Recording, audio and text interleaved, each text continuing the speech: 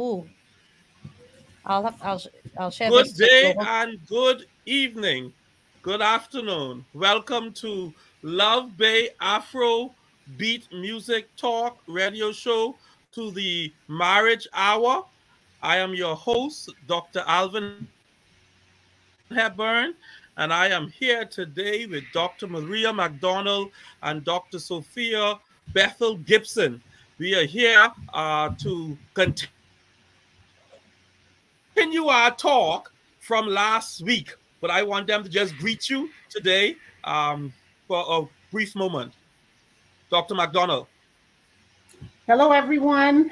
I am Dr. McDonald. Greetings, everyone. Sophia Bethel Gibson here. Yes. Go on, Dr. Gibson. Greetings. Sophia Bethel Good. It's Gibson good to here. have you all here. And we want to pick. Yes, it's so nice to have you all. And we are here today just to continue talking on what we were talking about last week. But we want to bring them up to speed. We were talking about that big word last week, commitment. What is commitment? And there's some questions came out of that talk that I want us to elaborate more on today on commitment. But let's talk in a nutshell. I'm gonna start with you, Dr. Gibson. Could you sum up for us, if you remember your conclusion last week on this big word commitment? Yes, I believe, if my memory serves me correctly, we summarized commitment as not just committing to the covenant itself, but you also want to commit to what you said you were going to do. And a strong part of that commitment is being able to honor your word as God honors his word above his name.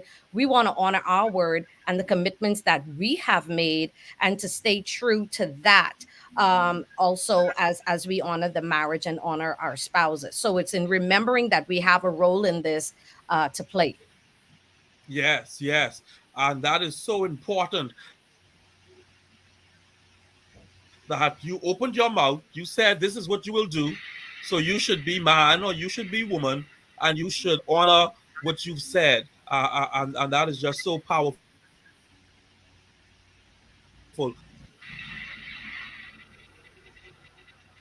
Doc, can you hear us, Dr. McDonald? Okay, can hear you. Yes. Okay. Your summary on commitment. Well, my summary on commitment may not be verbatim, but I agree with Apostle Sophie that if we have committed to something, our integrity will cause us to continue it, or we should continue Yes. whatever we commit to. We cannot use words loosely or covenant loosely and feel that we go in and we can just end it. We have to be committed. If we decide we'll go into something, we must be committed to go for the full 9 yards of whatever we commit to. Yes. And that too is powerful. Integrity comes from that word integral, which means whole, which means one. So when if we are people of integrity, we are people of oneness, we are people of wholeness. So if you say you're going to do something, do it. If I tell you I am going to see you at 4, then at 4 o'clock I should show up. I should be a man of my word. If I Mhm. tell you I'm going to love you in sickness and in health, forsaking all others, till death do us part, I need to be a man of my word and stick that out. And if I'm not willing to do that, then I should not open up my mouth and say those words. And I think that is so powerful. And one of the things too, Doc, and this is where I want us to spring off from to a day that you made mention of, that people get married and they don't know why. So my first question, I'm throwing it out there, that we want to ask the listening audience or the watching audience is, why are you getting married? Is it just about a dress? Is it just about a day? Is it, my friends got married? My old boyfriend got married, so I need him to see that I've moved on. So why did you get married? And that's the first question that I want to throw out there. Why are you getting married? Why should we get married? And then how do we know that we are ready for marriage? All of these things I want us to talk about today because these are all important to the commitment. Dr. McDonald. I love the topic because there are a number of reasons why people get married. A young lady may say, well, I'm reaching the age of 25, I need to be married. And we may go back to finances. We realize that two together can make it work better. So another reason, I'm getting married to him because he can help support me. And the reasons are numerous why people get want to get married. But there is still one main reason. And if we're not doing it for the main reason of coming together as the Lord has ordained for marriage to be, then we are looking to encounter problems. Because when that spouse cannot meet your expectations, then it means that you're not receiving what you went into the marriage for. That is the reason why we have so many problems in our marriages because expectations are not being met, and then we have a problem after. Okay, good, good. Dr. Gibson. Mhm. Sometimes people get married for all sorts of reasons that have very little to do with covenant. Sometimes people just get married for money. They get married for status. They get married for approval. Depending on what country you from, you get married just so you can get papers. I mean, there's a host of reasons why people choose to get married, and we don't necessarily know if love is always involved, if true commitment is always involved. It's easy to say what you will and will not do until those hard places come. And the reality of what we have been seeing and witnessing in the world today is the majority of people say, I do, when really they don't, when the rubber hits the road. And so I believe that there are varying reasons. We do have those few out there that stay committed, that stay loyal, that really hold the value of covenant, the value of a person, the value of marriage. You find that those that really have secured those type things in their heart and they live by a particular standard, they're normally the ones that try to hold on and hold out. But other than that, the devastating fact is people marry for sometimes marry for the wrong reasons.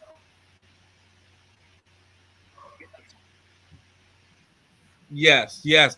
And I agree with both of you. And I think it is that wrong reason or those wrong reasons that leads to the escalation in our divorce rate. Like I shared with you last week that I was counseling a couple, and the lady said in the counseling session, "Oh well, if this doesn't work out, I just divorce him and go marry somebody else."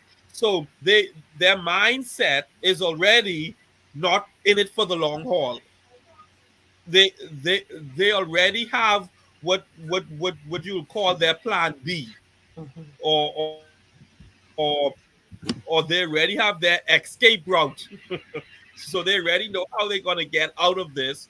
Whereas marriage, if it's done according to the vows that you are making, um for lack of a better word, or Fred, there's only one escape route till death us to part.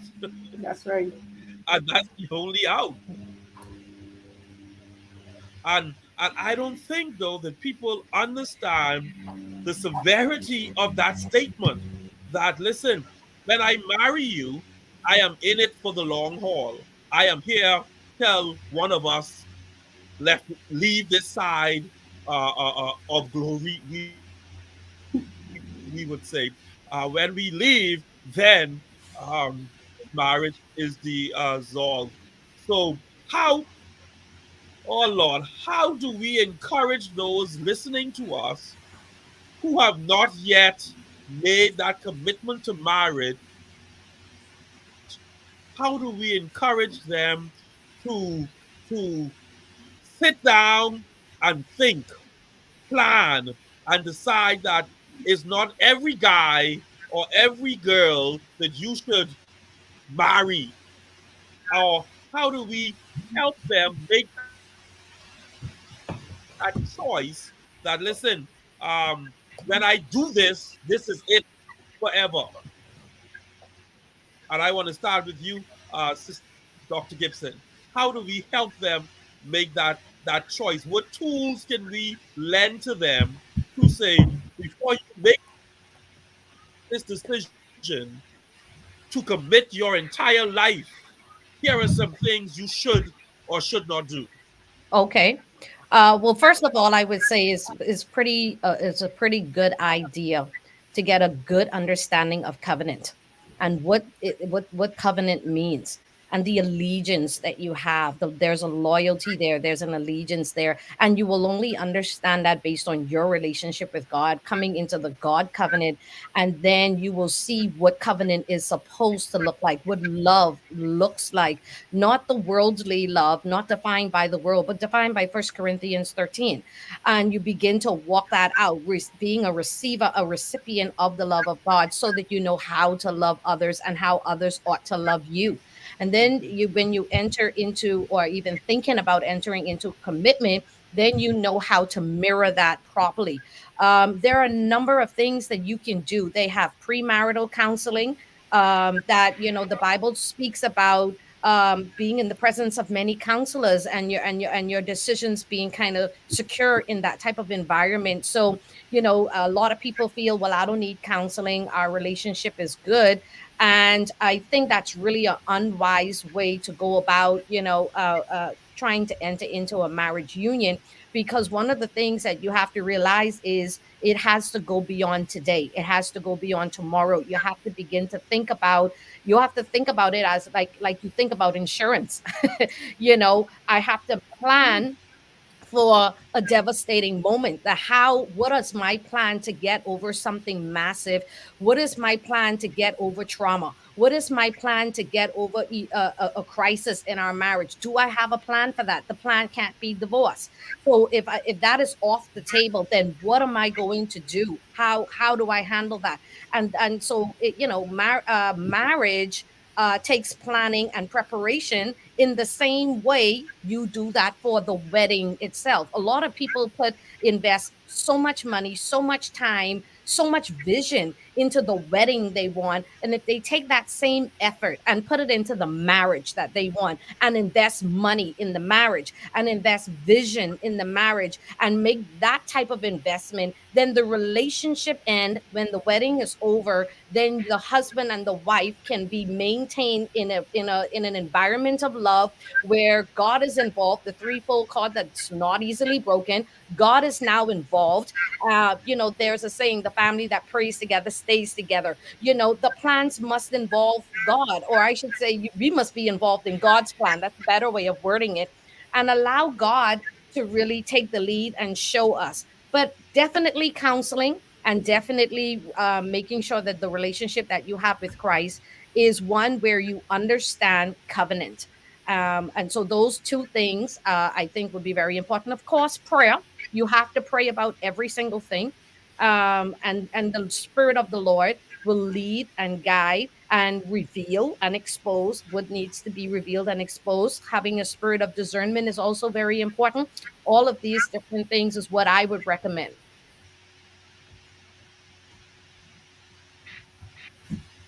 Okay, good, good, good. For those of you who are just tuning in, are listening to us, you are joining us here at Love Bay Afrobeat radio talk show. And I am your host for today, Alvin Hepburn, for the Marriage Hour. So now we're going to go to Dr. McDonald, who would give us her take on that today. Dr. McDonald. Okay, um, Dr. Sophia has said a mouthful. And one of the things I just want to add to what she said is that Yes, she has. one of the things that I often do, I deal with young people, and I always try to get them to prepare for marriage. In preparing for marriage, you have to determine, what am I looking for in a man, or what am I looking for in a woman. If you're looking for a tall man, a short man, whatever, don't settle for a short man unless that's who the Lord is sending your way, right?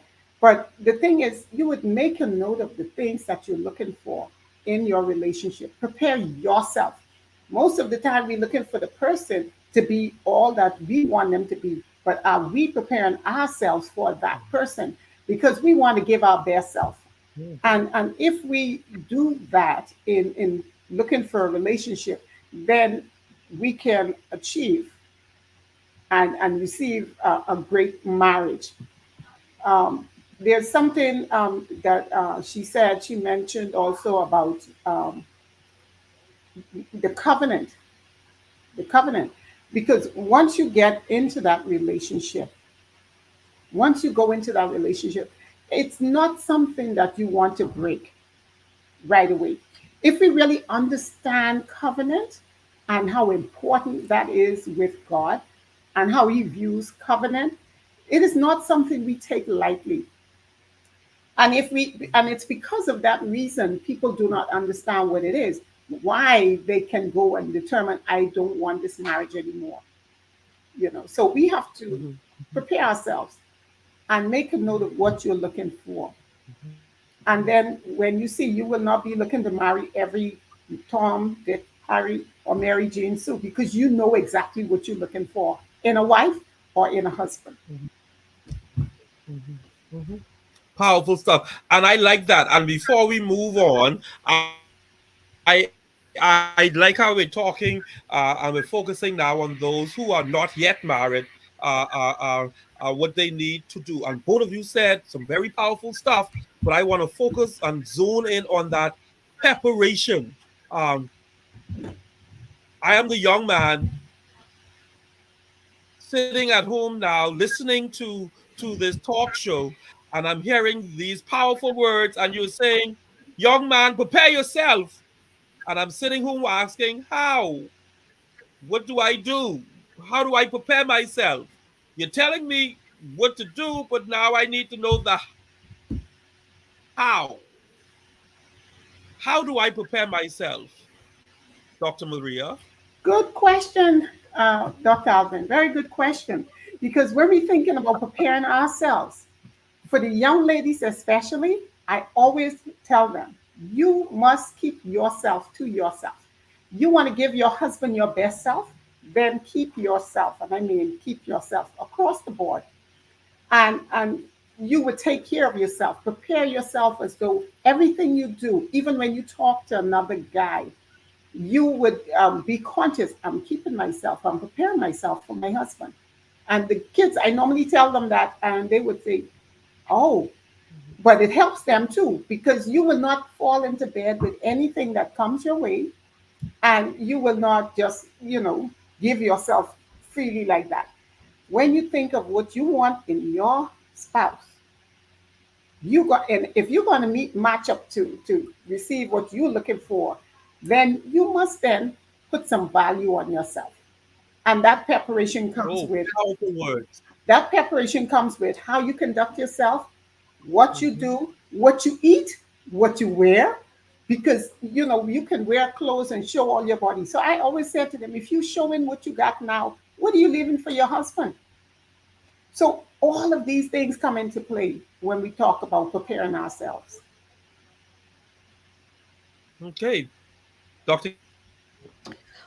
Gibson, jump on right in. Well, there are two things that come to my mind very strongly, and I love what Dr. Marie said. That was very powerful. I wanna jump on that bandwagon for a minute and talk about we're three-part beings, and so you have to begin to prepare yourself, mind, body, and spirit. What am I giving to somebody else? When you're entering into a covenant, when you're entering into a commitment, it's important that you know, what am I bringing to the table in this relationship? What value am I adding? And so, are you coming in? What is your health status? What is your financial status? What is your spiritual status? What is your mental health is like?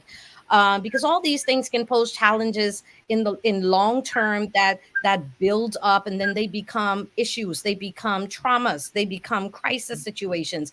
And so begin to Mhm. self develop. There are some things that are just beyond our control, and so I'm not trying to say that we have to be perfect beings, but are you eating well? Are you sleeping well? One of the things that I think is really important is self assessments. Look at Yes, the other yes. areas of your life where you are committed, and how well are you doing with those commitments? Are you a person that throw in the towel every time you get upset? Are you a quitter?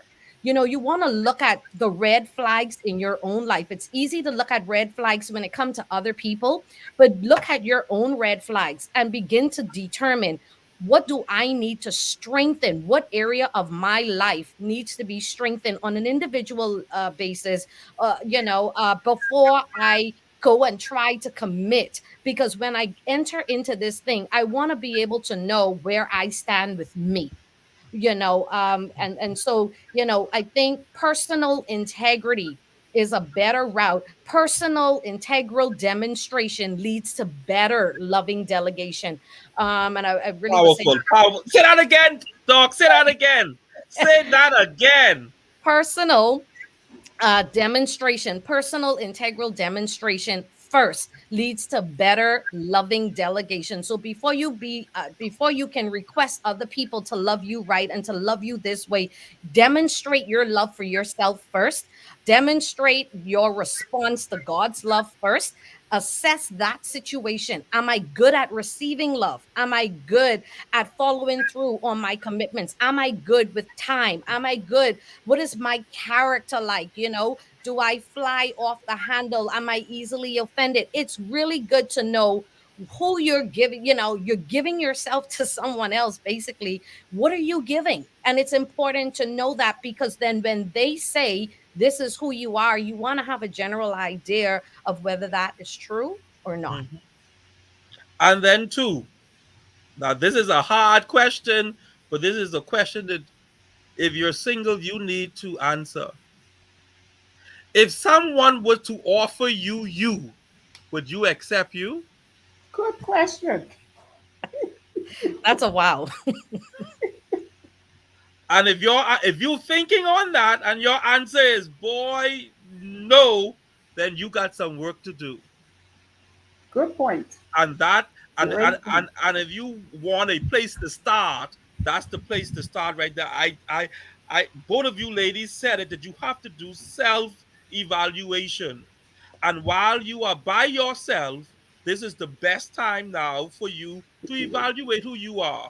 And then too, if you don't like being around you, why you think others will like being around you? Listen, if anybody love being around Alvin, that's Alvin. I could be around myself all day, every day, and I am happy. And that all came from a season of Alvin being by himself. Alvin getting to love who Alvin is. Now, you have to love you before you now want somebody else to love you. You need to love yourself. And all of this is what these two ladies were talking about as it relates to the preparation stage. Um, you have to get yourself ready for the future. And then, too, what will your responsibility be? If you are going to be the breadwinner of the house, as most men should be, then preparation is you can't just be home watching TV playing games 24/7, Mhm. because you can't live of love. Love don't satisfy hunger. Love don't satisfy thirst. Love don't pay the light bill, the water bill, the car note, any one of those bills. No. You need to develop a skill, and you need to work. These are all things that have to happen.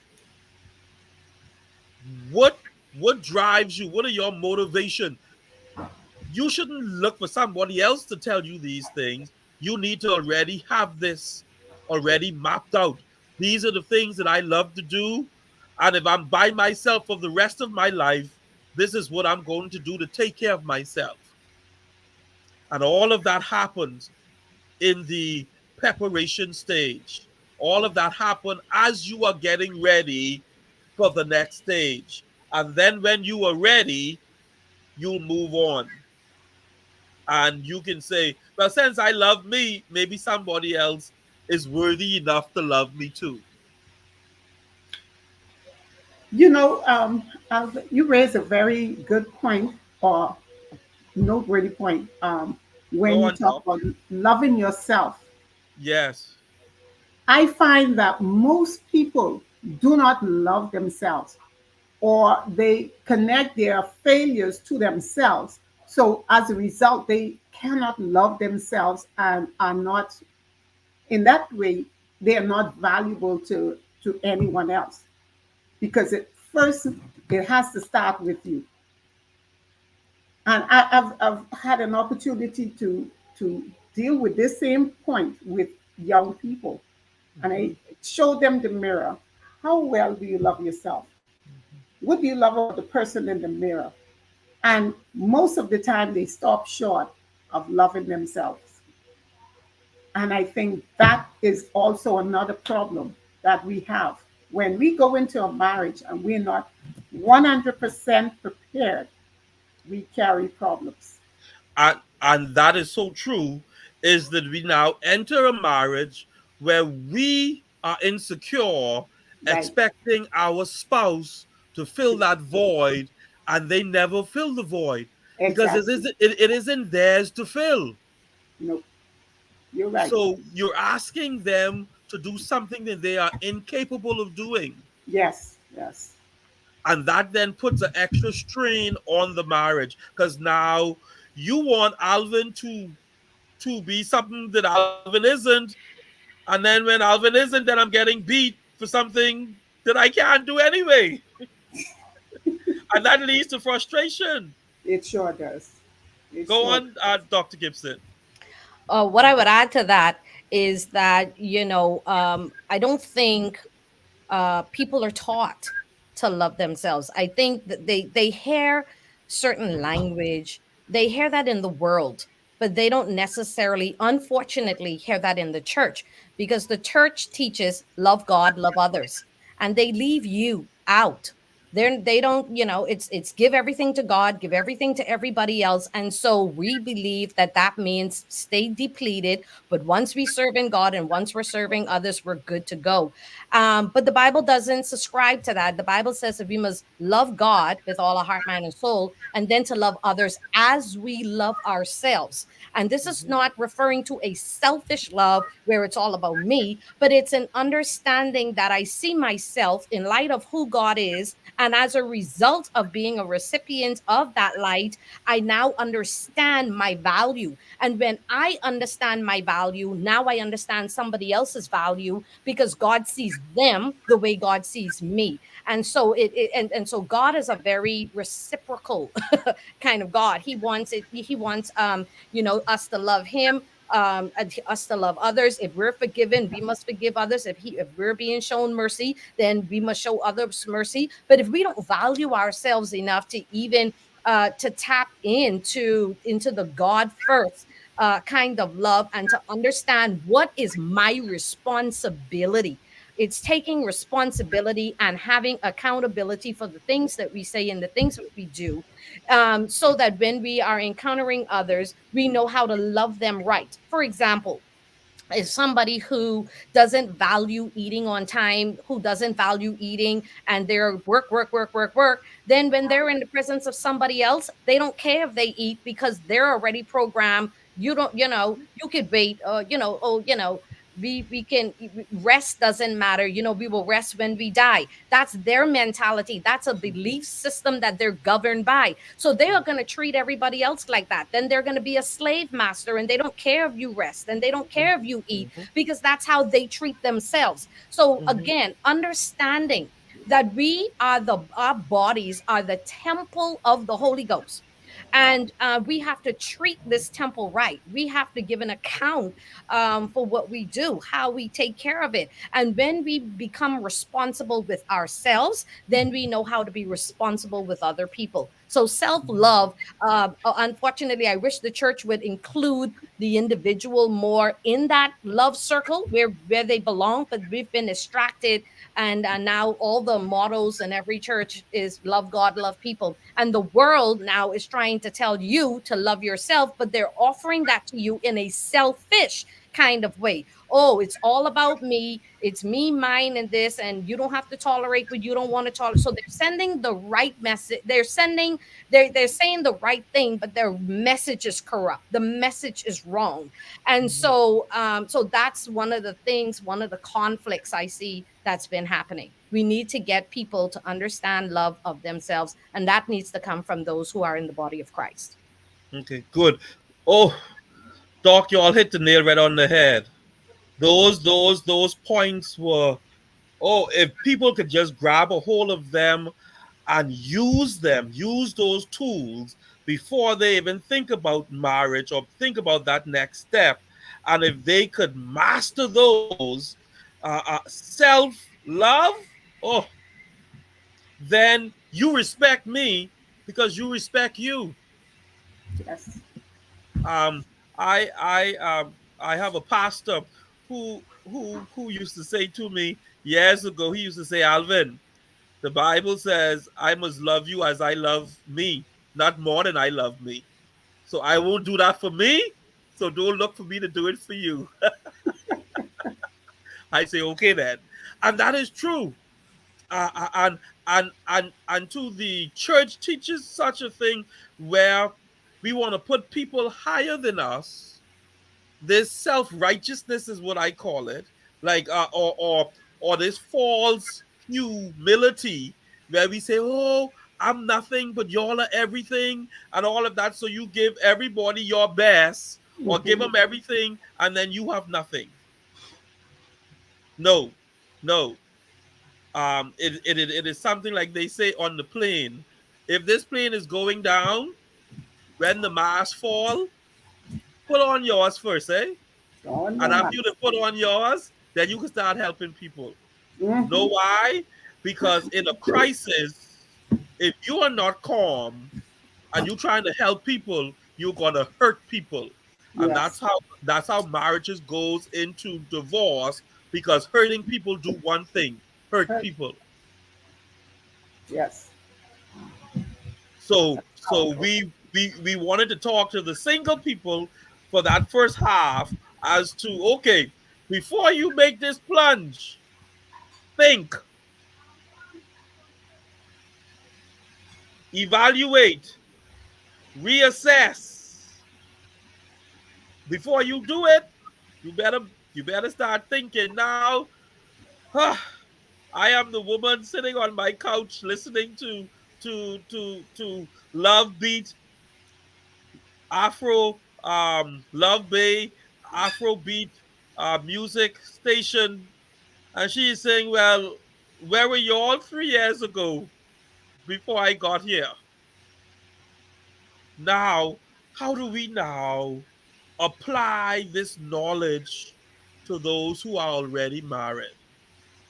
I married for the wrong reason because my best friend, I stood in her wedding 2 years ago, and and it was such a nice day, and all of the cameras, all the lights were on her, and I wanted my day, and I found some guy that I drove to the altar who agreed to give me my day.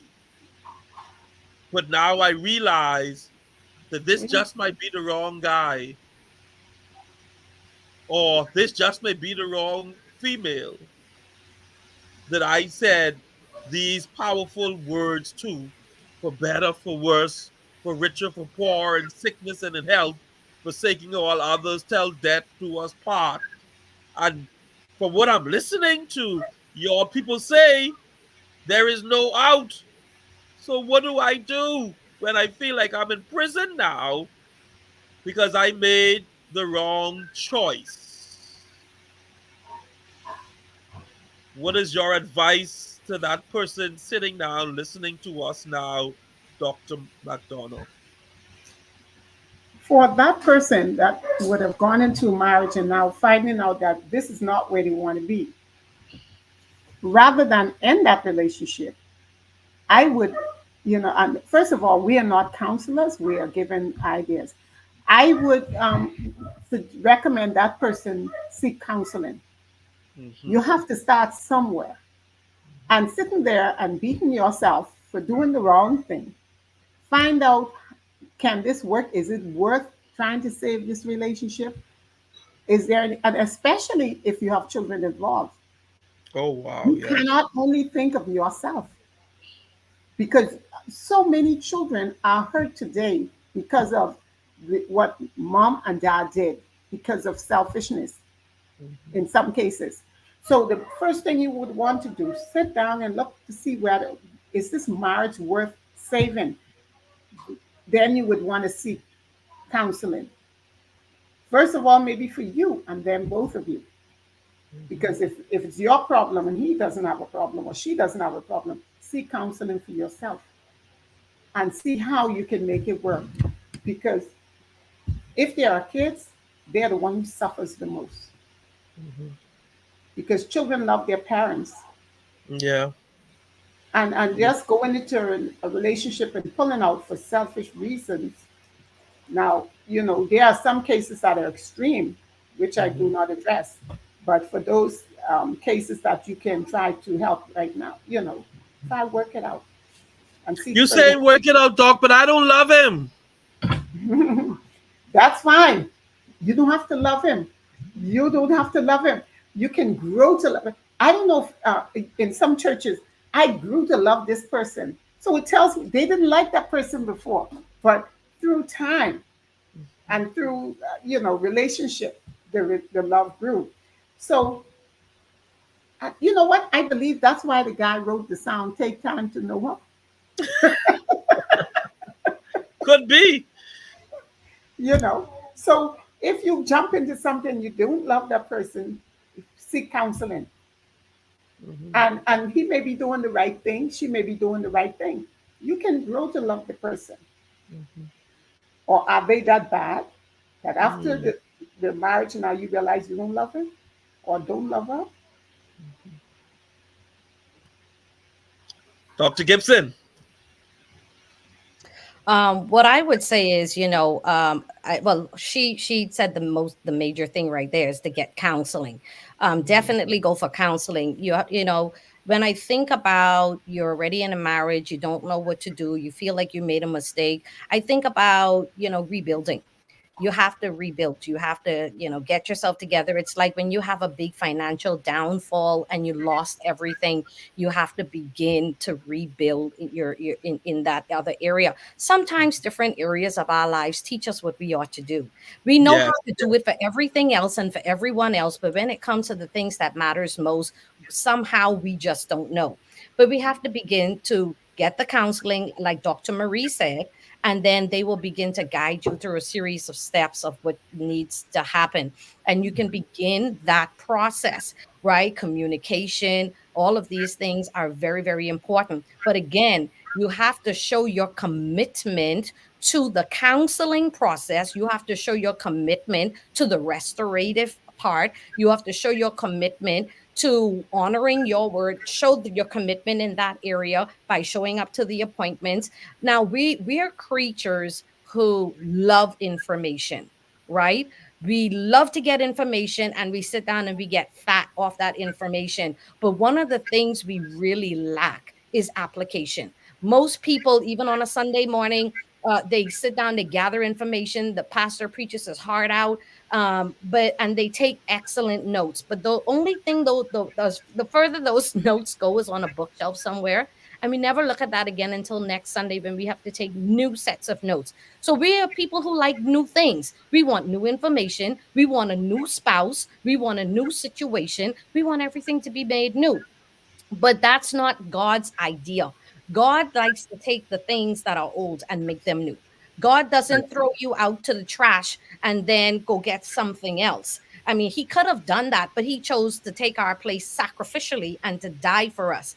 When we begin to understand that this thing is just not about us all the time, that you're going to have to die. Love is a death and resurrection experience. And you have to die sometimes to your right in order to resurrect in Christ's righteousness. Mhm. Love, according to the world standard, you may not feel like you love a person, but inside the context of a marriage, love is a choice. It's not a feeling. Yes. You have to Yes. choose Yes. to love. Yes. First Corinthians 13, those things are choices. They're not feelings. So when you get over yourself in that way about what you feel and what you don't feel, you still have to acknowledge, okay, am I doing biblically? And I guess I'm really speaking to those that are Christian marriage couples. But you have to begin to honor God's word. If you don't first honor God's word, you will definitely not honor your own. And so if God says love suffers long and is kind, love envies not. These are definitions. It doesn't vaunt itself. It doesn't seek its own. It's not easily provoked. It doesn't think evil. It bears all things, believes all things, hopes all things, endures all things. Nowhere in there it talks about your butterfly feelings. So when those butterflies have flown to a different country and they take up residence in somebody else's belly, you have to remember that First Corinthians 13 exists.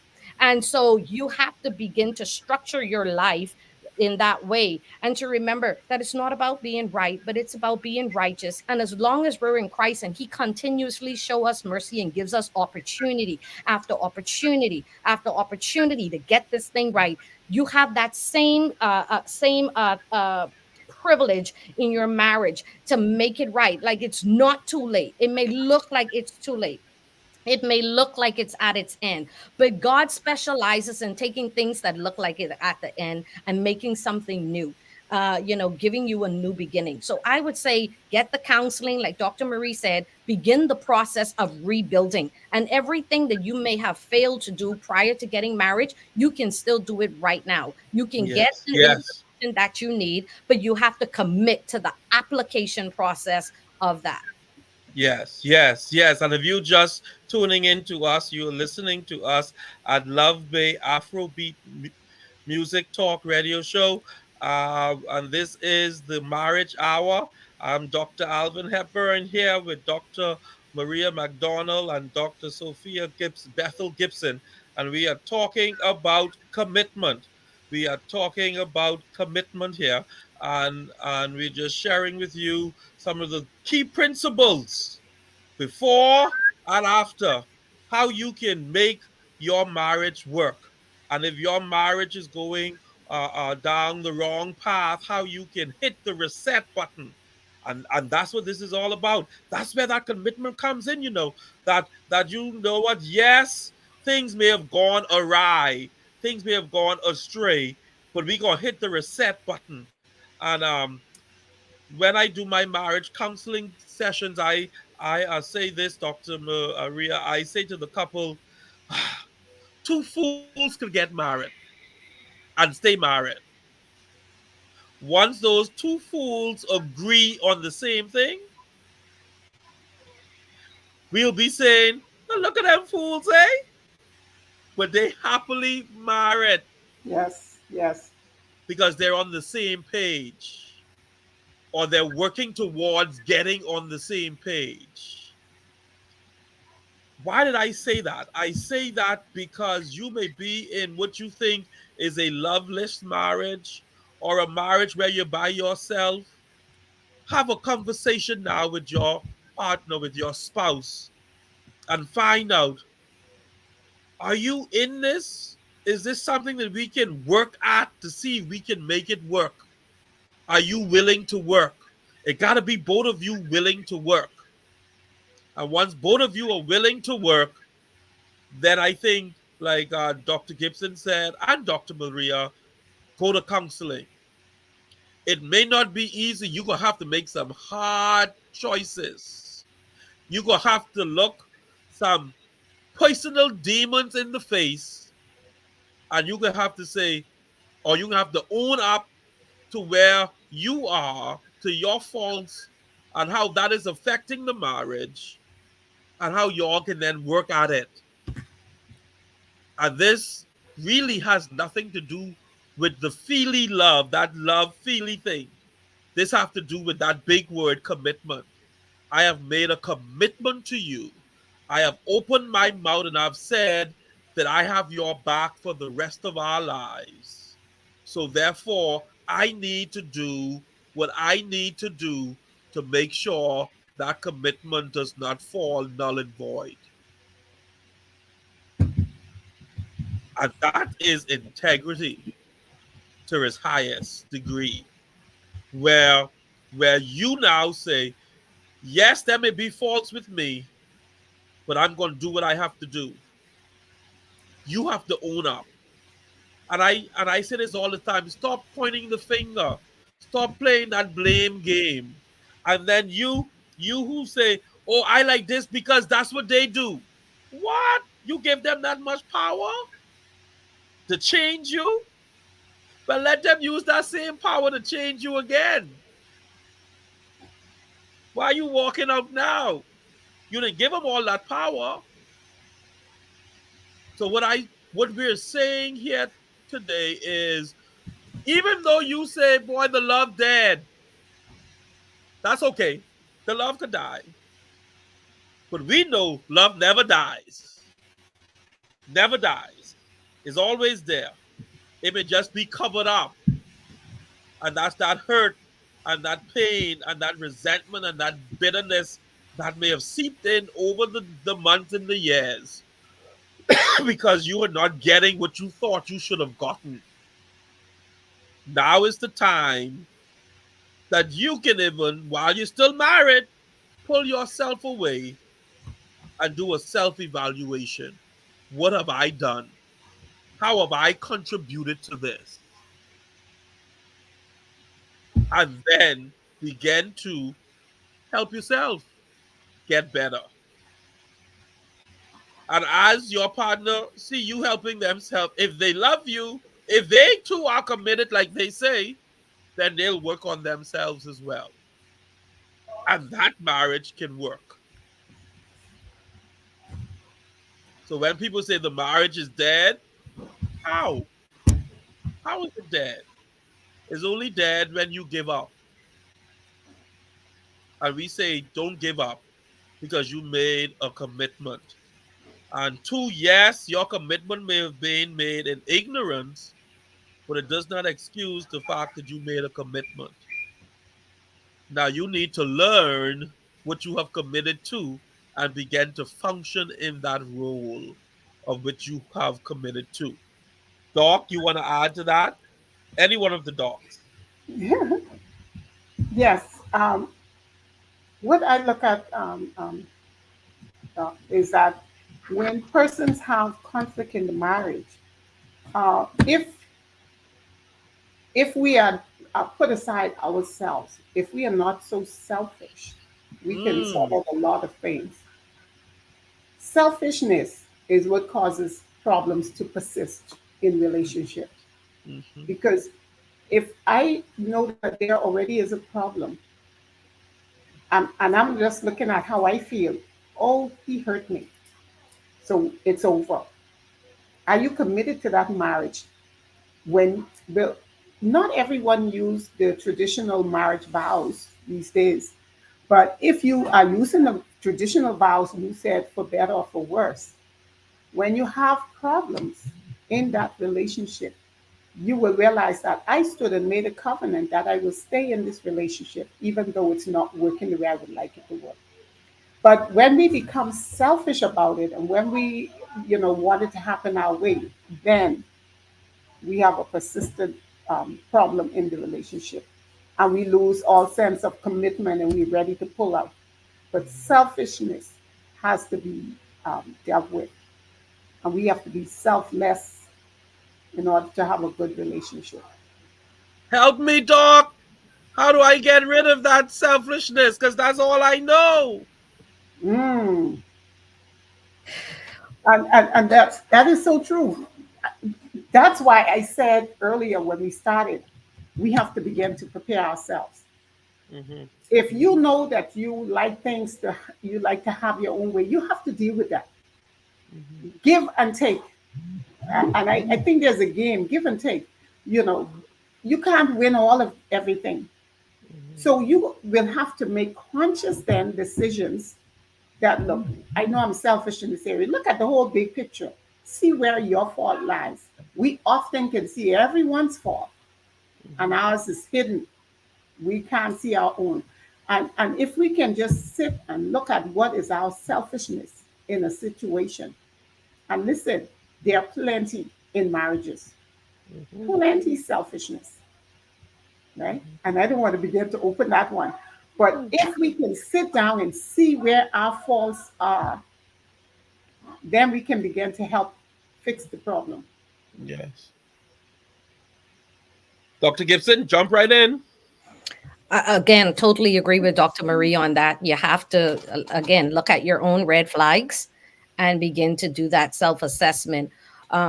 She talked about the vows when they stand there and they give those marriage vows, you using words like I will and I do. And then you're giving statements of commitments in the presence of witnesses who are witnessing you saying this is what you will do. And I think if it's done right, those witnesses should be able to hold you accountable to your words because they witness you saying it. You know, Yes. your what do you call it? Best The man bride, and made about, the yeah. maid Oh, of wow. honor and the groom, so they're supposed to step in. They're like godparents to this marriage, and they're Yes. supposed to step in and say, okay, how can we help? What can we do? We signed papers too. And so a lot of times, and it goes back to commitment, because now you have other people who have committed to when they sign that paper, that's a commitment too. They're committing to your marriage. And so they're committing, to be that witness. So I mean, what kind of a witness are you? And so I really want to just not put all the pressure on the couples, but where is your community? Who was there for you during the dating period? Who was there for you during the when you guys Courtship, decided yes. to get engaged, the engagement period? Where is that community who had full support of you? Call on your community, because having that community is very, very important, right? And then too, you will understand that when you stood up and you took those vows, you weren't saying what you want to receive. You were saying what you were prepared to do, what you were Oh, prepared. wow. Powerful, In that vow powerful. at that altar said, this is what I want from you. Is instead it says, this is what I'm willing to give to you. And so you Mm. have to go back to, this is not a self-serving thing. I came in here ready to serve and ready to do my part, ready to do what I said I was going to do. So the self-serving has to be gone, and you now have to go. Now you may have those who said, I have stood strong on what I have done. I stood to with my commitment. Everything that I said I was going to do, I've done it. But then what does the Bible say? When you have done all to stand, then there's only one thing left to do. Keep standing. Because what are you going to do? You can't, you don't want your good to be evil spoken of, because you now become them, and so you have But to Doc, read. I'm tired. Doc, I'm Yes, tired. And it seems like I'm the only one standing. that's right. And What do I sometimes do, Doc? sometimes you are the only one standing. Oh, And wow. sometimes, for righteousness' sake, you are the only one standing. We sing these songs and we make these statements that are only true in the moment until the tragedy comes. Though none go with me, still I will follow. And then when everybody leave, you decide you're not following anymore. We have to be true to the things that we say. We have to, it goes back to this powerful word, commitment. And so you have to commit beyond yourself. You have to commit beyond the moment when you said it, when everything felt good, when everything looked good. We don't walk by faith. Sorry, we don't walk by sight. We walk by faith. And so we have to understand this is a journey. This is where what you feel is real. We're not going to diminish hurt. We're not going to diminish pain. We're not going to diminish trauma. Those are real issues, and people are hurting and grieving and experiencing a whole lot. But if you are a Christian who's married, and I'm really speaking to you, just stand fast in your belief, stand fast in God, stand fast in his truth, and to not lean so much on your understanding, because the vantage point you have in your own household is very different from God's vantage point. So we have to begin to ascend to that hill. We have to be able to ascend so we can see things as he sees it. Because when we're in the midst of it, sometimes it's really difficult to kind of navigate your path. So we have to be led by the Spirit, because we can't lead. We have to be led by the Spirit in all of these things. So when you have done all to stand, just keep standing. And if you know that you have not done all you can to stand, and you came in looking for areas where you can receive, then you remember your vows. It was I will and I do, and go back to that. Have you done it yet? Have you done those things? Have you performed according to the will you said? And start to go back and begin there. Oh, wow. That is so powerful. So powerful. Yes. And that's our encouragement to you who have joined in with us today on our talk show, the Marriage Hour, here on Love Bay Afrobeat music station. We're so privileged to have you with us, and we are going to wrap up our talk now on this word commitment. And listen to us. Marriage is perfect. The covenant of marriage is a perfect thing, but it is entered in by two imperfect beings. And you have to continue to work at it. It is like wine, it gets better with age. But guess what? Before wine could get better, the grapes must be squeezed. It must be crushed. It must be trodden under the feet of men so that the juice can come out. And after the juice comes out, it is then put in bottles. And then you cover the bottle and you stick it in a cellar and leave it there. And the longer it stays there, the better it becomes over the years. And if you entered marriage thinking it was going to be a piece of cake, well, you should have already had your wake up call. If you ain't had that yet, it's not going to be a piece of cake. Marriage is a job, it's a ministry. And just like every other job, you have your ups and downs. You have it in your marriage too. And two, we tend to have more patience with other people than the one we have fully committed to. In the fact that your boss cussed you out last week, but you still going to work. You didn't get the raise you expected, and you hurt, but you still going in doing what your job description say that you should do. Know why? Because you committed to the payment that you want at the end of that pay period.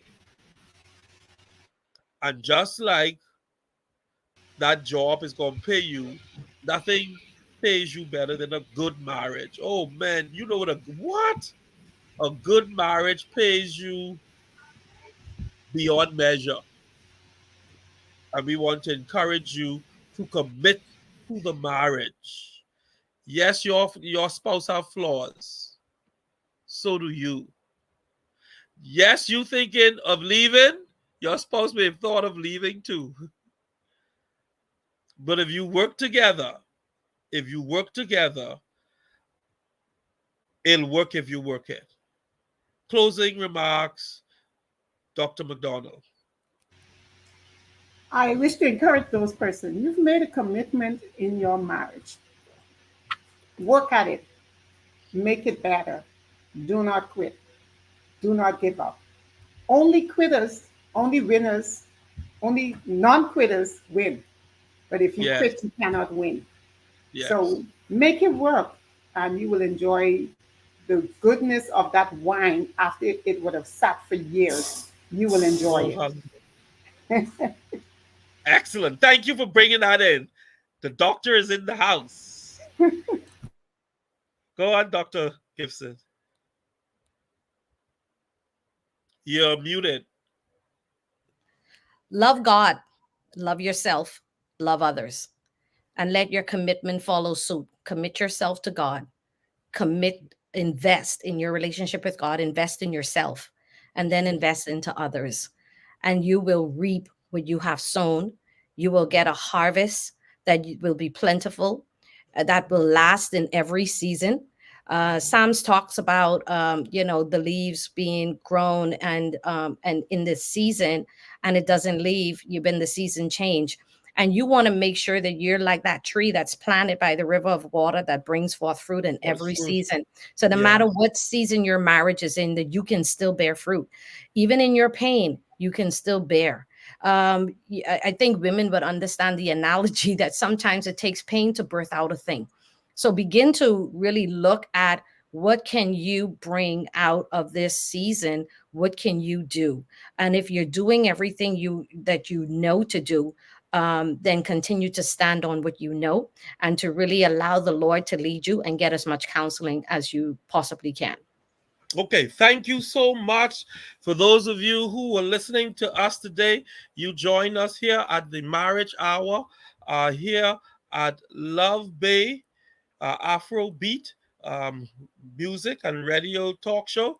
I'm your host for today, Dr. Alvin Hepburn, and I was joined by Dr. Maria MacDonald and Dr. Sophia Bethel Gibson. And we were so happy to have you listening to us as we discuss commitment. Commitment. You must be committed if you want to see it work. Don't throw in the towel. Work it. It'll work if you work it. Keep on working at it, and you will reap the benefits of your hard labor. You have a great day and be blessed.